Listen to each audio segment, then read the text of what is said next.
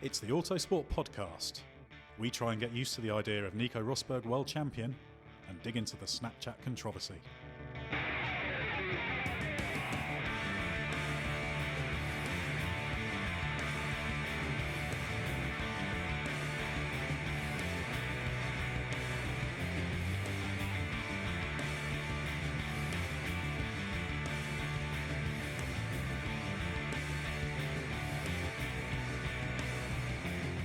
So, it's in Nico Rosberg's hands now. 4 second places, hitting par, if you're prone to a golfing analogy, behind Lewis Hamilton in the remaining races of 2016 will mean he is world champion. You certainly wouldn't bet against him the way things are going. My name is Ed Straw, and joining me to discuss all things Japanese Grand Prix is F1 Racing Deputy Editor Stuart Codling, star of the famous YouTube How to Pack to Travel to a Grand Prix video, Destination Singapore. So, Codders, what's your advice to Nico Rosberg if he needs to find space in his luggage for a World Championship trophy? Well, the seasoned traveller is often thrown out by unexpected requirements, as you will well know as a viewer of that video. So my advice to Nico is, by all means, leave a little bit of free space, but also one should not count one's chickens before they're hatched, as it were. So if I were in his shoes, I would not be jettisoning the spare pants and socks to make way for a championship trophy I haven't won just yet. That's very sound advice for Nico. I'm sure he'll be taking that very much on board. Also joining me is Glenn Freeman, editor of Autosport.com. Now, you're not going to disrespect the listeners of the Autosport podcast by fiddling with Snapchat for the next 40 minutes, are you? Just give me a sec. I'm putting some bunny ears on your face as we're talking. No, you're not first. Do you want me to put the phone down? Yes. Should we crack on? Put the phone down. Stop disrespecting the audience. Sorry, audience. Get on. You should apologise sincerely. Say it like you mean it. I can't. No, you can't. I'm going to block you on Twitter now. Well, with the audience suitably disrespected, onto the Japanese Grand Prix. Nico Rosberg, he's going to be world champion, isn't he, at this rate? Stranger things have happened, and I always fight a little bit shy of drawing a pattern towards the end of the season because it's a bit tricky. I just remember a very painful situation on F1 racing about 9 years ago now, the run into the 07 championship when we had to have, what with deadlines, about 3 different covers to suit the event, the likelihood of either Lewis or Felipe Massa or Fernando Alonso winning the World Championship. We had a different cover for each one, and we really didn't think that Kimi Raikkonen would win the World Championship, and then look what happened. So that was a nice little midnight trip to the printers to sort that one out. So you're saying Kimi Raikkonen's going to win the World Championship? It could That's what I heard. That's doubled our listenership. They thought Kimi's going to win. He's not this year, although he is driving well. But it's interesting, isn't it? The thing that's changed for me at Suzuka is that now Rosberg, he just needs to drive around behind Hamilton. 4 second places sounds quite easy. Obviously, there's things that can go wrong, engine failures. Lewis didn't exactly have an easy run to second in Suzuka and ended up finishing third. So that's not necessarily a guarantee, but it is in his hands, isn't it? If Hamilton wins all 4 races, he's still not necessarily champion. What's really interesting, though, is how few times this season Mercedes have actually had 1-2s. I think across the 3 years of dominance that they've had, this is probably the least successful year for actually getting both cars ahead of the competition. So while it seems simple, you almost think that the worst thing Rosberg could do is switch into that mindset of, right, I just need to start finishing second to Lewis now. In terms of, is he going to win the World Championship? I actually think this weekend was when I changed my mind. After Malaysia, I was still convinced Lewis would pull it back. But Rosberg bounced back from a bit of a trouncing on track at Sepang, and he just delivered at Suzuka. We know he's quick there, but he strung the whole weekend together. It was Hamilton having the problems, Hamilton maybe making a couple of little mistakes. I was not sure that Rosberg would do it at all before Suzuka, but I think he's convinced me. I'm sure he won't want to be remembered as someone who only won the World Championship because he maximised his opportunities when his teammate had a bad day. Well, obviously at Suzuka, he didn't capitalise on his teammates so much. Yes, he gained more points because Hamilton only finished third, but Rosberg was on pole, albeit by the tiniest of margins, and he won the race. So even if Hamilton had got off the line as he should have done, you could argue he'd have just been second. So at least there are some signs from Rosberg now that he's kind of taking it the way he should do. Yeah, Singapore was a command performance as well, wasn't it? Brilliant pole position, fantastic lap, parlayed it into a very successful race, and he just went as fast as he had to or could to, bearing in mind the limitations, and didn't put a wheel wrong. It actually feels a little bit like that spell in 2014 before the Spa collision.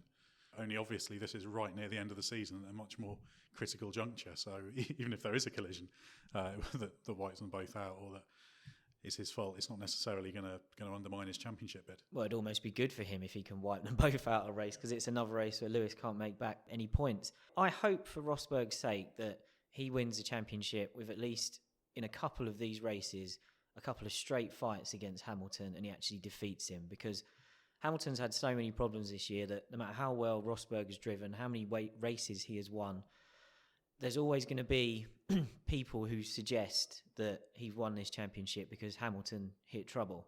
So he's got a chance now, I feel, with it being in his hands. Hopefully he can relax a little bit and he can continue to put in Singapore and Suzuka-like performances, and he can just prove to people that I do deserve this world championship. I am worthy of joining the list. Let's have another first-time world champion. Do you think that it's actually made for a better and certainly a different world championship storyline this year, having these two guys not necessarily fighting for the same bit of tarmac at any one time? There have been races where either one of them has had a bit of trouble and has then had to fight back. And so it's made it a little bit more delicately poised towards the end, which makes it more of a 1988 than a 1992, for instance. I feel like it's given us a quite interesting championship dynamic, because we've had the big swings in points between the two and it has stayed close. But I feel like we haven't had enough of them going wheel to wheel. I would have liked to have seen, whichever way round it was, whoever won the races and whoever came out on top at the end of the season, I'd have just liked to have seen the championship be decided by more actual straightforward battles between the two of them. I feel like we haven't maybe seen enough of that this year. And again, that's one of the things that might count against Rosberg in some people's eyes if he wins the championship. It's fair to say that Hamilton has had more than his fair share of misfortune this year. He has lost points. Obviously, a few bad starts have held him back. He had a part to play in those, so he has to take some responsibility. And in fact, he did do that as Suzuka for his terrible start that dropped him down to 8th. As a driver, you've got to be in charge of the very few control surfaces you've actually got, which are the pedals, the steering wheel, the clutch and the gear change mechanism. So it's not actually that many things you've got to be able to touch and feel and make work for you. So a triple world champion really ought to be able to pull a lever and engage a clutch. And it's interesting as well, because starts can be a problem for some drivers, especially in certain pressure situations. I remember some of those in Red Bull talking about some of Mark Webber's starts that used to get quite kind of grabby, should we say, when you really need to kind of caress the clutch pedals. Well, it becomes an issue, doesn't it? Yeah, exactly. And then it becomes that thing of, don't make a bad start, don't make a bad start, don't make a bad start. And that's also part of the same psychological factor set that Rosberg needs to be aware of in terms of this idea of him wanting to go out and win it in style. That could actually help him, because if he just thinks, right, I want to go and win the next 4 races, not really worry about the championship, not second guess himself, not play a conservative, just aim to dominate, do his job step by step, as drivers like to say, throughout the weekend, that might actually make it a bit easier than if you overthink it. You mentioned the 2007 title run, obviously 2008, McLaren played it quite conservative in the Brazilian Grand Prix, and Interlagos and almost paid the price. And I think that kind of conservatism that sometimes comes from strength can be a real risk. Well, that happened in 2003 as well, didn't it? Michael Schumacher needed, a 7th or an 8th to get the championship? And he drove like a man trying to finish 7th or 8th, and he made a right mess of it and only just brought it home. And you don't really associate that with Schumacher. You expect him to go out and dominate the weekend. So, as I said at the start, I think the worst thing Rosberg can do now is assume that all he needs to do is keep finishing second to Hamilton. Mercedes have proven that they have enough weaknesses this year that if Ferrari and Red Bull are up for the fight on any given weekend, there's a fair chance that the second Mercedes isn't going to come home P2. Well, the bottom line is, I don't think anyone would stake money on Mercedes getting 4 1-2s. So as soon as you factor that in, then it tells you it's not over. Rosberg could have a DNF, Hamilton wins, and then suddenly all bets are off again. It's a straight fight. It's very easy to sit round a table and say, you just need to do this. And I'm sure they very often have done. But it's a completely other thing to sit on the grid and make a getaway, because that's the one point where the human factor and human frailty come into it. Well, this is what people forget. Elite sport is incredibly high pressure. It's not just a little bit of pressure, it's incredibly high pressure. And that pressure doesn't necessarily manifest itself as drivers being stressed and thinking, oh, I don't know what I'm doing. It just manifests itself in terms of little errors, tiny mistakes that can define your whole race. You know, Hamilton's bad start at Suzuka, if you actually look at the parameters, which of course Mercedes will have done in depth, it will be something infinitesimally small that will have made the difference between leading on the first lap and running 8th. And those are the margins that can decide the title. What I think will be really interesting is the next race is Austin, where we know Hamilton goes well there.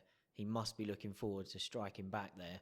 That will be a huge test for Rosberg as well, because if Hamilton hits the ground running on Friday, Rosberg's got to be able to almost compartmentalise that in his brain and say, okay, this is a place where Lewis is mega.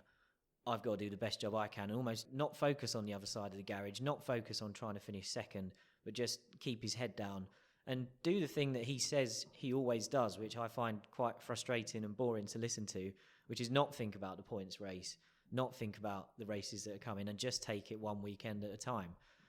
He says it all the time. I can't believe that it's true. You know, he can't go into these final 4 races not thinking about a 33-point margin with 4 races to go, surely. That's the thing, isn't it? You hear sports people always saying that, just concentrating on taking each game as it comes, etc. And that is them consciously trying not to look at that wider picture. It comes down to that old thing of being process-focused versus objective-focused. If you focus on must win the World Championship, must finish second, must do this, rather than just must take steps 1, 2, 3, 4, 5, 6, 7, 8, up to however many steps it takes to put together a Grand Prix weekend. As soon as you're looking at that end target, then you are opening yourself up to things going wrong. Because if you're a little bit behind the curve at a given point, then you start thinking, oh, I'm a little bit behind in Friday practice.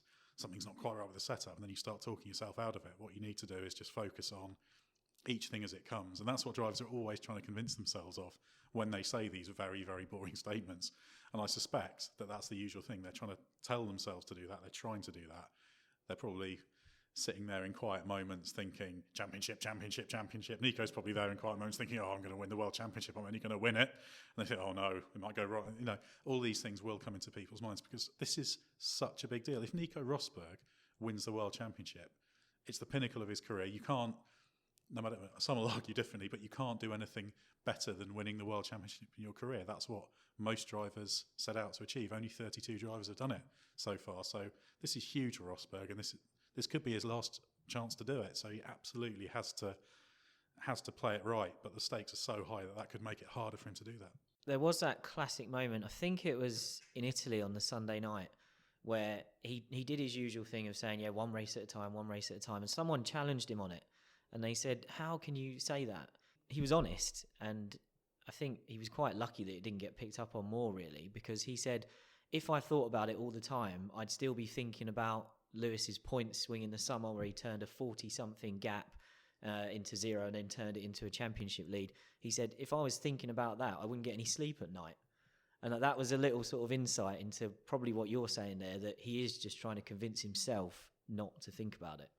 Well, it's interesting you say it wasn't really picked up on at the time, because that's something that's quite germane to item 2 on the agenda, which I feel has got to do with people not really paying attention in press conferences, whichever side of the table they're at. The Snapchat controversy. Obviously, Autosport, we didn't really cover the first part of this, which was the moment when Lewis wasn't paying attention in the press conference. But it did get lots of coverage, certainly British newspapers, various outlets around the world saying, look, here's a guy on his phone throughout much of a press conference.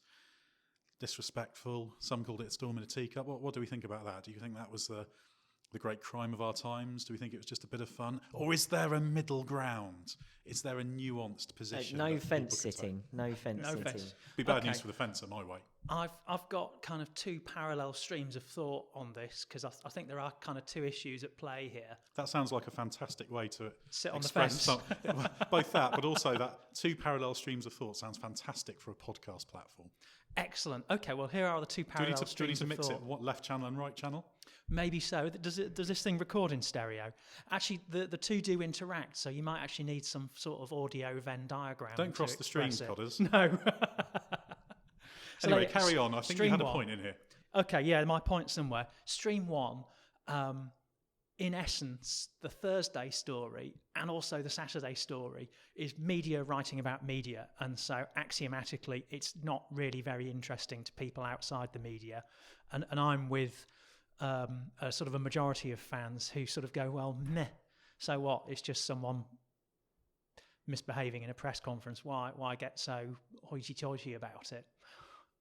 The second stream, I think, is that I kind of worry about Lewis's mentality in some ways, because this sort of strange act of, it was really just, he was not engaged. He didn't want to engage with what he knew he was going to get, which was people asking him about his suggestion that there was some sort of conspiracy against him. So is it a diversion tactic? It was a bit of a diversion tactic, but at the same time, it just bespeaks someone who is willingly separating themselves from their actual reality and just popping off into this little sort of parallel reality where they surround themselves with people who agree with their every word.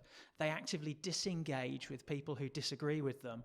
Before you know it, you're Michael Jackson or Henry VIII or whatever. So it's Michael Jackson and Henry VIII. That's the centre point of the Venn diagram of these two streams of thought. Exactly. So I didn't see that coming. Yeah. So to take Henry VIII as the example, Well, that's appropriate. Hampton Court's only just down the road. Exactly. Cardinal Wolsey fails to get him a divorce. Right, I will fire you and get someone who can. And that way lies madness and 6 wives. That's a historical reference for the Snapchat generation, if there ever was one. I think the other key point about that is that all the conspiracy theories and that were partly of his own making. He was the one who got out of the car and understandably upset. You don't mind somebody expressing that they feel something's against them, but he was the kind of root cause of that. And I think in his response to the controversy, so-called, it's probably quite a grandiose term for it, for that Thursday press conference, to then on Saturday say, well, I'm not going to speak to the media. He said, I'm not here to answer your questions, I've decided. Saying people take advantage of it. He said he was being super light-hearted, but it feels like he's just trying to disconnect himself from his own actions. I don't think that the whole thing was a massive controversy. I think his conduct in the press conference was, a bit unprofessional. There is no time when you're going to be more on duty in front of the press than in a press conference. So it's pretty unreasonable to take offence at people picking up on your behaviour in that. That said, it wasn't the most disrespectful thing you've ever seen. It's not going to cause the walls of civilization to fall down. So I think it was maybe a slight... We're on the Horn of Jericho now. Exactly, Rich in historical allusion today. Exactly. So I think some of the reaction to it was a little bit over the top. But what do you expect when there's tabloid outlets? That's their job. But I also think that sitting down saying, I don't want to talk to you because of it, and then walking out of your media session, walking, not storming, he was calm and quiet and expressed himself very clearly. Very well. I think that was the moment when, for us, and that's why Autosport covered the walkout on Saturday, but not the original thing. That's the moment when it moves from purely media writing about itself to the driver doing something. And that's kind of what made it newsworthy for us. That was what made it a story, yeah. And we talk about, I had the same thought as Codders. I thought, is this really just a paddock story and no one's going to care? But the numbers for that story on autosport.com were crazy. Everybody was eating that story up. So there clearly was an interest in Lewis's relationship with the media and what's going on there at the moment. I don't agree with what he did, but I have a couple of elements of sympathy with him for what happened on Thursday. The first one is he made the point, he claimed that his defence for his behaviour was based in the fact that he's just bored of the weekend format. It's the same every time. And he made these points at Silverstone as well. And I remember I was there when he was talking about it, and I actually agreed with him. The Grand Prix weekend format has been the same for over a decade now. They do everything at the same time. The sessions play out in exactly the same way, even the practice sessions. So in terms of talking about the weekend format, Lewis has a point. He obviously made it very badly through playing around on his phone when everyone else is trying to get on with their jobs. As for falling out with the media over the course of the weekend, that's up to him, really. You'd like to think that quite a lot of his superstardom has come as a result of some media coverage. I'm not sure if he'd be the mega A-lister that he is without a lot of the media coverage that's come around his exploits. Well, if people aren't talking about you, then you're not going to be worth the money you're worth. That's a simple fact, and that's part of the price you pay.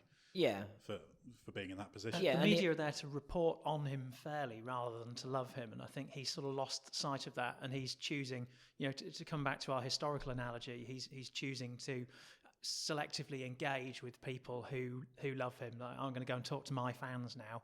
If you disagree with me, you're blocked. And to a smaller extent, you see that in a microcosm in the delightful scene that is the green room before the podium, where you see a 31-year-old man standing in a corner with his back to people that he doesn't want to speak to, instead of showing, dare one say it, a little bit of class and putting on the smile. I have to look at you two when I walk into the office and be nice to you. Why can't he? You don't do a very good job of it. But I think the key thing is, so I just want to make one point going back to that part of the exchange you make for being a megastar, paid a lot, is that you get the coverage, etc. This is very different to people with a telephoto lens taking pics of him on holiday and putting them out in a tabloid magazine or something.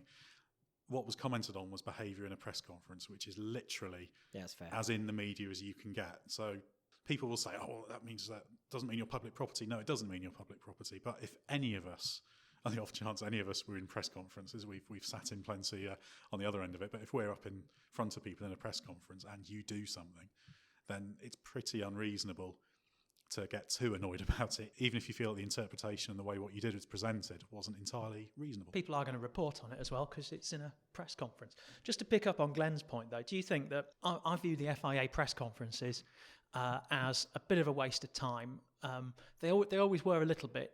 And I remember at my first professional Grand Prix that I attended as a journalist, 2002, Austria, sitting there thinking, who are these idiots and why are they asking these stupid questions? And it's actually got worse in recent years because since it's been televised, the only questions come from people who've generally either scraped accreditation hither or thither and really want to be on TV and see their names on the transcript, or they're people who want to serve their own ego by being seen to ask questions on TV. Or there's a smaller subset where sometimes you might ask a question just to put something out there. But generally speaking, it's become a little bit of an ego thing. So to my mind, a lot of this scenario is sort of the irresistible force of spoiled, overindulged man-child meeting the immovable object of serried ranks of bloated egos in a press conference. They certainly have become stale, and I think that gets back to Lewis's point about the Grand Prix weekend. Probably the live TV aspect, I think, made this a bigger story this time than if he'd done it 10 years ago, before we had dedicated F1 channels, before we had this stuff turning up on YouTube and wherever else. It was the fact that a load of people could watch it live on TV as it happened and see it play out in full. It's one thing to see pictures afterwards of Lewis on his phone or Lewis holding his phone up to Carlos Sainz, who sat behind him. But for people to have witnessed the whole surreal scenario playing out live as it did, I think that made it more dramatic. It made it more of a talking point. And that's probably why certain elements of the media jumped on it as much as they did. They'd seen the reaction to it immediately and felt that it was something they could get their teeth into. Lewis gave them the platform. Well, that's very true. The initial reaction is rarely the media now. It's the Twitterati and other social media users. But one thing we have to remember about Lewis Hamilton is he is a racing driver. He did do some driving of a racing car at the Suzuka weekend, and there was also a little bit more social media related arguing going on. Obviously, we had the battle with Max Verstappen late on. Lewis Hamilton was attacking, trying to get second place, which was pretty important championship-wise. There's been a 3-point difference compared to Rosberg.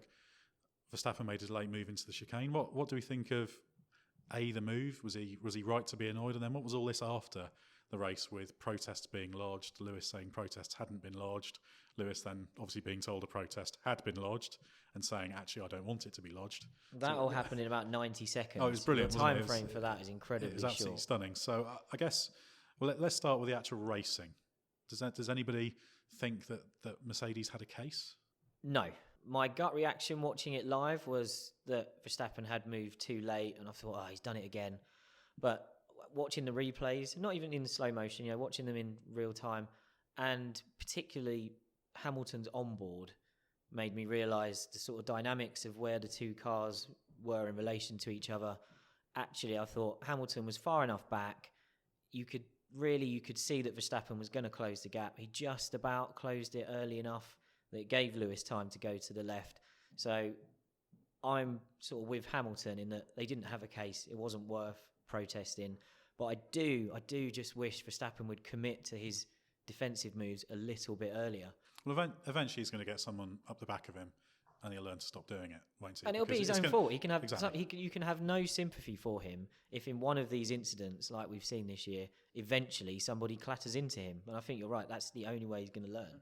It's only because he's on track with a bunch of fellow high-level professionals that it hasn't happened already, is my reading of it. Yeah, that's fair. People know what to expect, and they're very, very good at reacting. A Formula One driver is going to be the best equipped to avoid those sorts of incidents. They're very good at not hitting each other generally, which is something we Especially at the often front. forget. It's very, very difficult to regulate precisely with carefully worded regulations what you can and cannot do defensively. There's so many factors involved in it, and I think firstly, had they protested that, it wouldn't have got anywhere. They just said, yeah, well, you moved a bit late, not ideal, but it would not have led to a penalty. I think the second thing is Verstappen being over the line, probably in terms of racing ethics and what's sensible for him and the drivers around him. He goes a little bit too far, but he's kind of within his rights to go that far, you could probably say. But it's going to end up with him missing out on a race win or a good result because he's done that and somebody's not done such an adept job at avoiding him. And that's when he'll learn and think, oh, actually, maybe I shouldn't be doing that. And I seem to remember a certain Lewis Hamilton being criticised Back in the 8 years ago, particularly in 2008, for moving around in braking zones. So this is sometimes a thing we see from what might be called precocious youngsters in Formula One. And they all learn. All of them do. Or get taught. Well, exactly. But that corner is quite a tricky one, because basically you come through 130R and pretty much as soon as the track opens out in front of you, you're at the 150 metre board. So there's not really very much time to think or plan or have something in mind. So if you're going to launch an attack there, it either happens or it doesn't. No, that's very true. And I think people have talked about, well, Verstappen should have moved a fraction earlier, should we say. But, these are very fine margins. He's in the car ahead. So it's difficult to pick out exactly what point it moves from acceptable through the spectrum into hard but fair, into unfair. But I think in this case, certainly a protest would have got nowhere.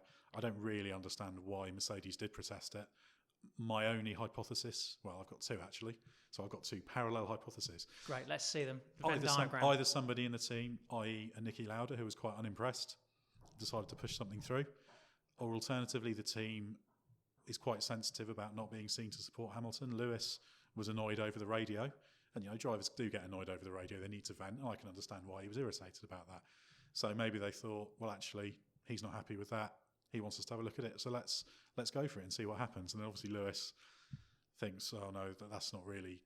Lewis knows it wouldn't have worked probably, and also he's right. It looks a little bit churlish to then launch a protest that wouldn't be heard for 2 weeks, that wouldn't actually reverse the result, and would just have everyone looking a bit silly on the Thursday of the US Grand Prix. But the thing I find really strange is the fact that Mercedes had launched that protest, and we were talking sort of 15, 20, 30 minutes later, Hamilton still didn't know about it. I appreciate he'd left the track, but surely at some point someone drops him a message saying... Perhaps he'd blocked them accidentally.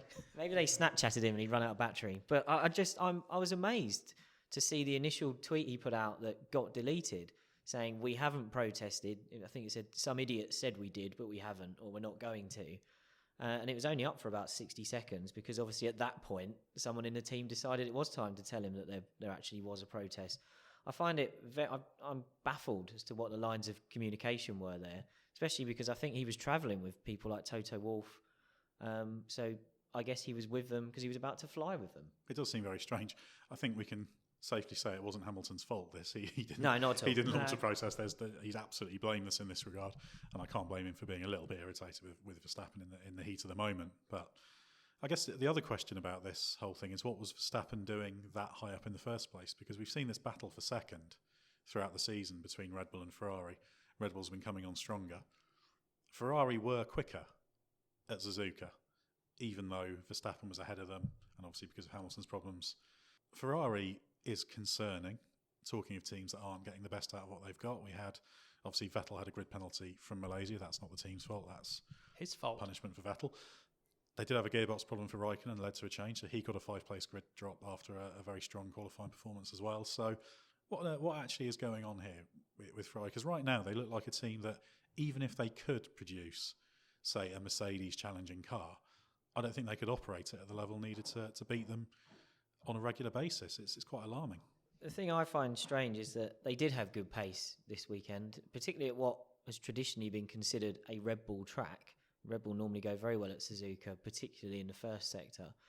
But we're sat here after the race and we've had Ferrari patting themselves on the back for having the second fastest car and finishing fourth and fifth. That seems to be the story of Ferrari's season to me. We saw this right at the start of the year. Talking up underachievement. Exactly. They had 5-6 races in of not delivering what they should have done, and they were still saying, "Oh, we're doing really well. We're really quick." You just think, okay, be positive, but blimey, don't go mad. They are a team that, if I can say this while sitting opposite Ed Straw, they're clutching at straws. Are you being clutched at, Ed? You're far enough away for that to be a safe statement. But yeah, they just seem to be so desperate to win or get a better placing that they have this sort of tactical throw something against the wall to see if it sticks routine. So what they did with Raikkonen kind of worked in that they ended up ahead of Ricciardo when they might otherwise not have done. But then there's this business of sticking Vettel on soft tyres in the hope that, he might just all of a sudden find 5 seconds a lap or something like that. It's as if the people making the strategic calls don't actually understand the dynamics of racing. Well, to be able to take a risk or a gamble, there has to be a realistic possibility it'll pay off. Admittedly, I'm not sure that gamble cost them massively, but it's part of the bigger picture. It's like we used to sort of see a few years ago from Williams, just weird tyre calls. Just like, well, we need to try something, so let's just try something that won't work. But if something ridiculous happens, maybe it will. And you think, well, that's not a gamble. That's just a crapshoot, isn't it? Yeah, BMW were like that in 2007, doing random alternative strategies just for no other reason that they could. Was it just that?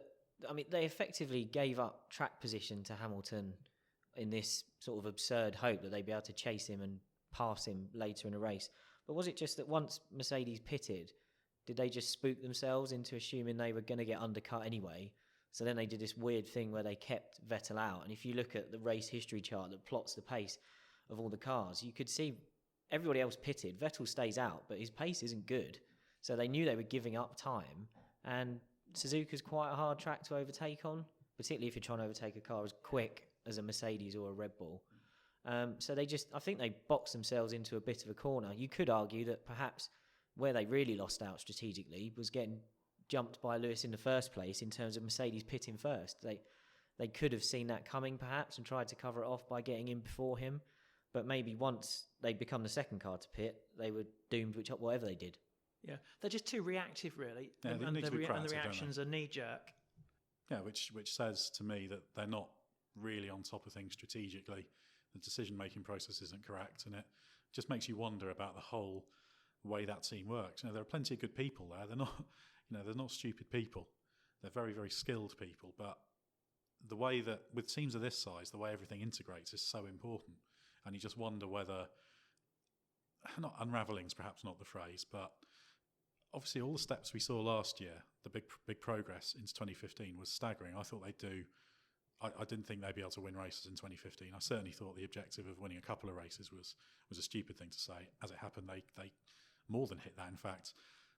But a lot of the decisions that helped them for 15 were made by the old regime, the old Domenicali Fry regime. They'd been very, very late on the new engines, etc.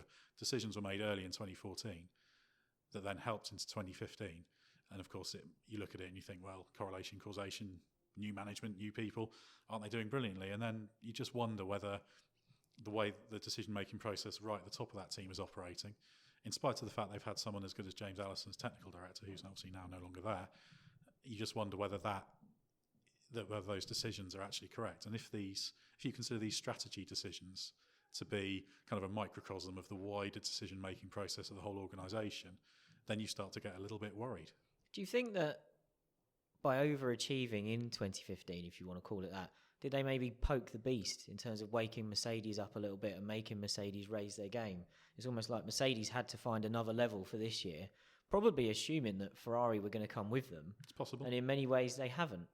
Yeah, I mean, you sort of have to look at some of the races last year and even the year before in some races where Mercedes were kind of at the limit of their performance, struggling with brake temperatures and that sort of thing. And was it last year or the year before they brought an engine step to Monza when kind of you thought they didn't really have to, but they thought they had to simply because they expected to be caught up.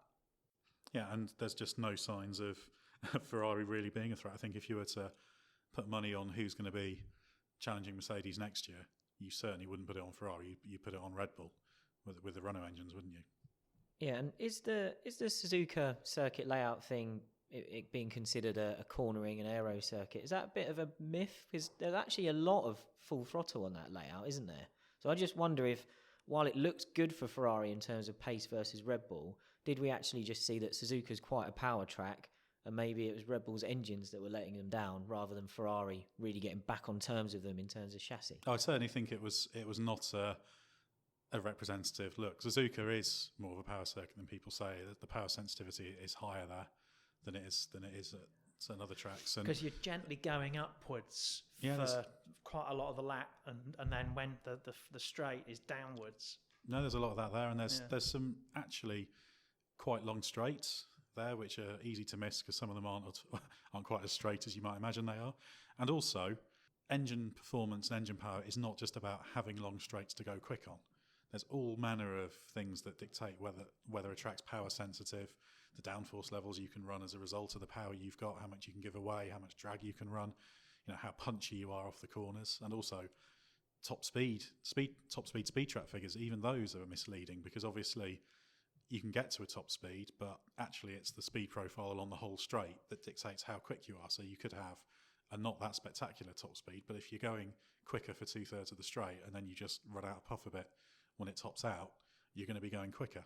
But I think, Suzuka did probably say the Ferrari engine is still stronger than the Renault, and perhaps that's a little reminder of how far Renault still has to go to get onto the level of Mercedes. Yeah, I mean, Red Bull may point to how close Verstappen finished to Rosberg in the final result. What was it, about 4 or 5 seconds by the end?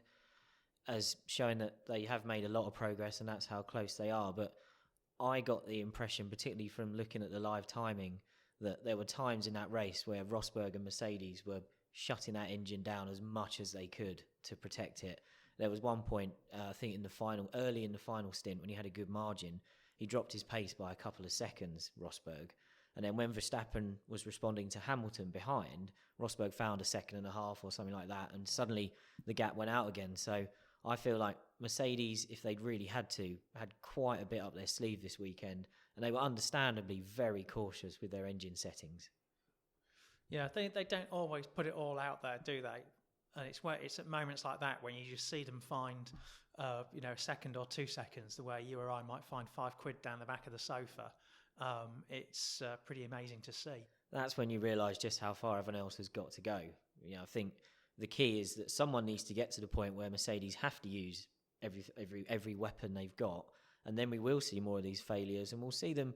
I think they will be the ones that could make mistakes on the pit wall and that sort of thing. We need to see them under more pressure. We have seen that at times when they've been under pressure making mistakes. We've seen them when not under pressure sometimes making mistakes. So that would be interesting.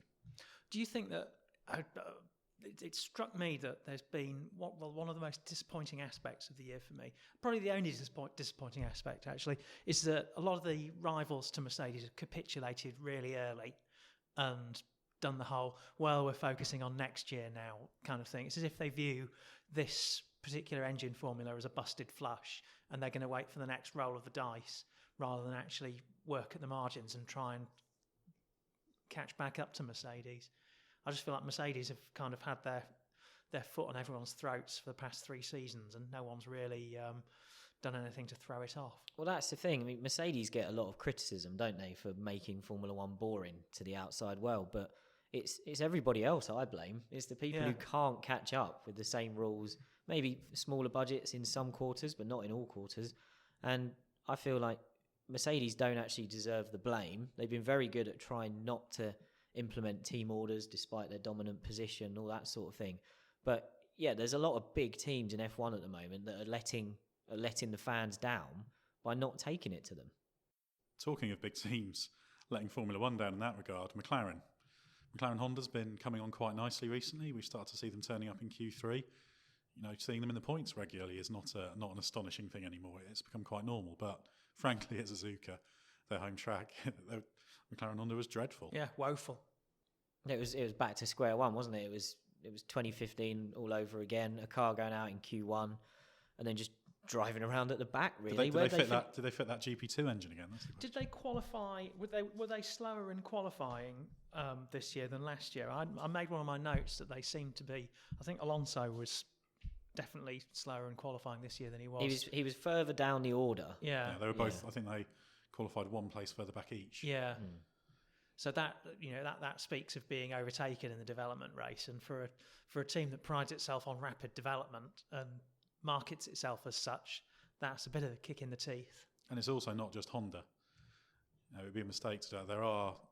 The car's pretty strong, but there are some situations in which it's not quite doing what they want it to do. Well, it's really interesting. Jenson Button said this isn't the right sort of layout for us. He talked about the power requirements of the circuit, but in terms of the corners, he said it's all high and medium speed, and that doesn't suit us. Whereas earlier in the year, we were being told that the aero's great, the chassis is great. Now it appears that the only part of the car that actually is really good is the sort of braking and low speed performance. And it was quite funny, actually. We had Fernando Alonso was stood telling the media, we don't know why we're slow here, we don't know what's going wrong on Saturday. Meanwhile, Jenson was given an explanation where he said, we need heavy braking that gets the floor close to the ground because that's when the car generates all of its performance. And he said the braking zones at Suzuka aren't high enough for McLaren to basically drill the car into the ground to then generate corner speed. So that was a really good detailed explanation, and that was taking place at the same time his teammate was stood with his back to him, going, we don't know why we're so slow, we need to investigate. So Jenson also said, we always knew this was going to be a really tough race, but you sort of think, should it have been that bad? And plus, when I would say the cornerstone of Mercedes' success has been in developing a car for all seasons, a car that is quick pretty much everywhere.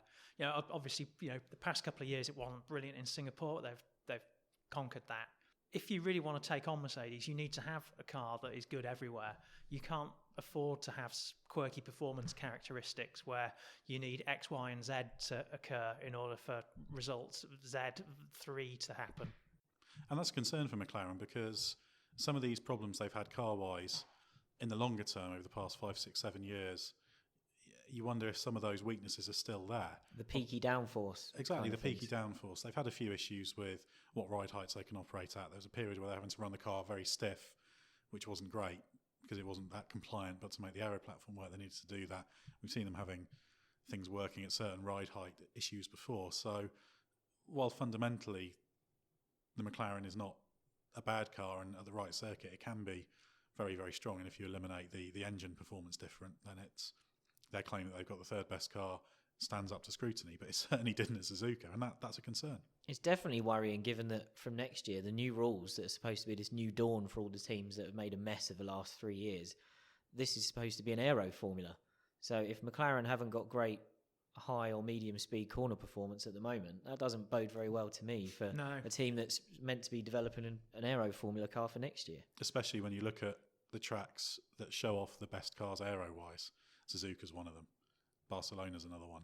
This is where we saw in the Red Bull era of dominance, they used to be well ahead. There are a few other circuits as well they did that, but that's concerning. You know, if you say which tracks would you like your car to be strong at, Suzuka, while an unusual configuration, the demands it places on the car means you say, yeah, if you've got a car that's strong at Suzuka, you can be fairly happy. Whereas if you need the track to be sort of a bit more stop-starty, it's going to serve you well some places, but as you said, Collers, you need a car for all seasons, not for every third race. If there's one thing they've been successful at, it strikes me they're managing the relationship with Honda better, or rather they've stopped quietly briefing against Honda and blaming them for everything. Oh, what are you suggesting?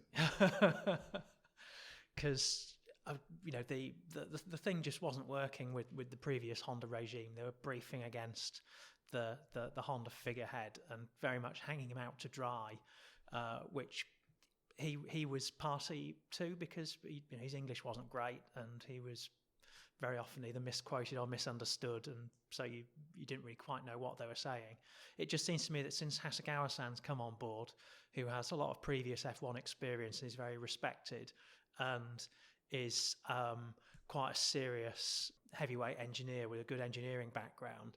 It seems that all of that nonsense has kind of stopped. I don't know if it's because the McLaren spin machine realised that they can't carry on saying we've got the third best car when they patently don't.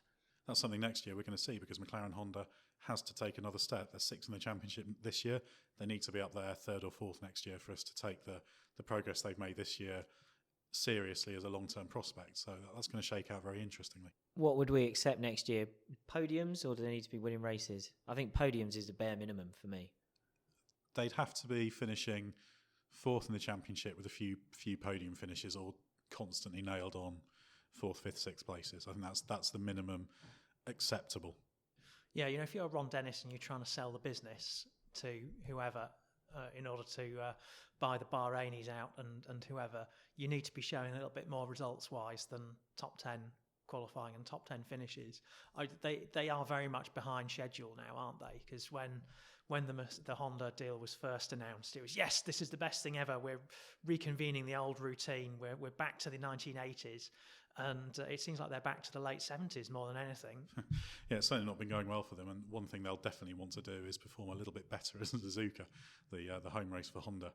But for now, it's all about the 2016 Japanese Grand Prix. That's in the history books, and it's taken Nico Rosberg to a remarkable 23 wins. So the F1 world's taking a brief pause ahead of the Austin, Mexico doubleheader in 2 weeks' time. And by the end of those, we might well be talking about Nico Rosberg as a world champion. So it's goodbye from me, Ed Straw, and thanks to Stuart Codling and Glenn Freeman. Check out autosport.com for all the latest news and also in-depth articles available in our Plus subscriber section. And pick up a copy of Autosport magazine on Thursday to read our detailed look back at the Suzuka weekend and goings-on in the rest of the motorsport world. Thanks for joining us. We will be back next week with another Autosport podcast.